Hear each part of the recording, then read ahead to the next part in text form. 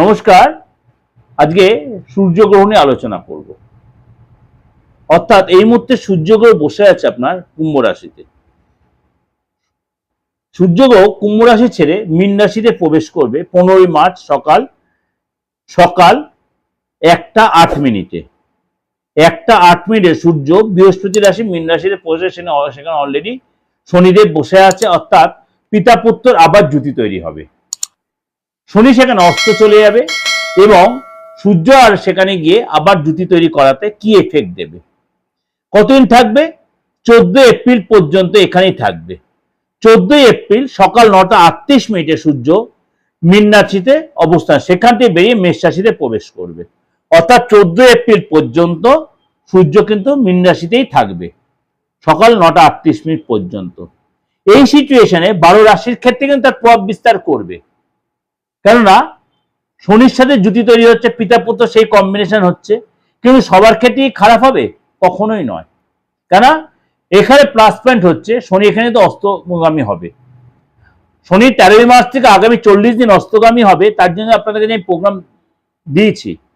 সূর্য হচ্ছে আত্মবিশ্বাস, সূর্য হচ্ছে পিতা, সূর্য হচ্ছে নেতৃত্ব, সূর্য হচ্ছে প্রতিনিধিত্ব, সূর্য হচ্ছে আপনার দায়িত্ব। এই হচ্ছে সূর্য আধ্যাত্মিকতা, সূর্য হচ্ছে আপনার গুরুত্ব। সুতরাং সূর্য যদি আপনার বাচ্চাতে ভালো সিচুয়েশন দেয় বা হাতে যদি ভালো সিচুয়েশন বা আপনার ফেস সিটে, কারণ এই সবসময় আপনার ফেসের মধ্যে 12 রাশির 12 গ্রহের অবস্থান সবসময় থাকে, হাতেও সেটা রয়েছে। প্রত্যেকটা সিচুয়েশন কিন্তু হাতের মধ্যে ক্লিয়ার, আপনি মনে এটা ভাবছেন সেটা প্রকাশ পাবে। সূর্যের সিচুয়েশন আর হাতে কি সিচুয়েশন সেটা আগে দেখবেন।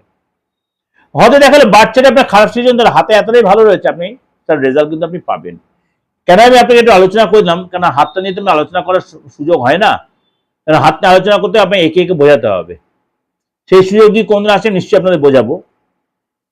সুতরাং এই যে সূর্যের সিচুয়েশনটা আপনার রাশির ক্ষেত্রে কি প্রভাব বিস্তার করবে, এই 15 মার্চ থেকে আপ টু 14 এপ্রিল সূর্য যখন মীন রাশিতে শনি দেবের সাথে জুতি তৈরি হবে, আপনার রাশির ক্ষেত্রে কি প্রভাব বিস্তার করবে।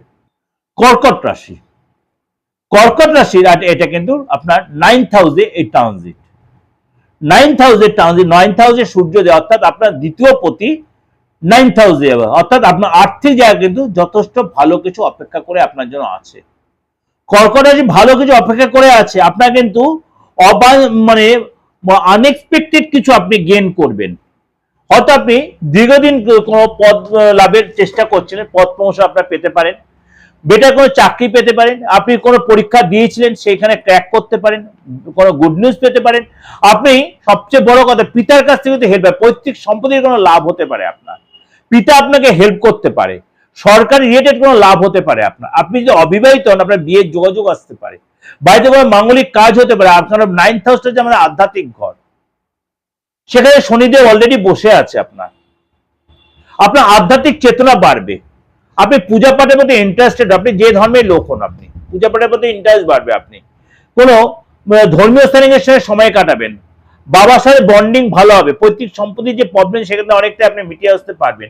বিদেশে যাওয়ার সুযোগ হবে, বিদেশ ভ্রমণের সুযোগ পাবেন।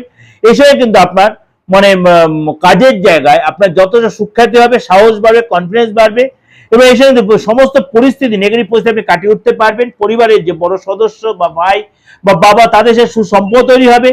কিন্তু আপনি মতবিরোধ এড়িয়ে চলুন, ইগো এড়িয়ে চলুন, মতবিরোধ এড়িয়ে চলুন, ইগো আপনার কেরিয়ার টেনে ভাবুন, মাথা ঠান্ডা রাখবেন, তর্ক বিতর্কে জড়াবেন না।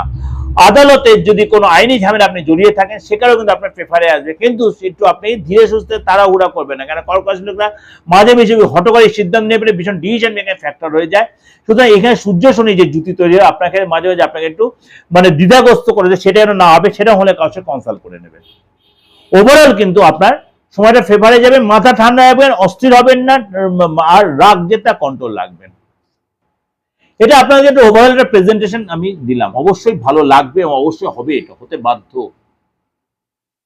বাধ্য, কেন শনি অস্ত আছে, সূর্য সেখানে জুতি তৈরি হচ্ছে, আপনাদের সেই সুখবর, আপনার সিচুয়েশন তৈরি হবে।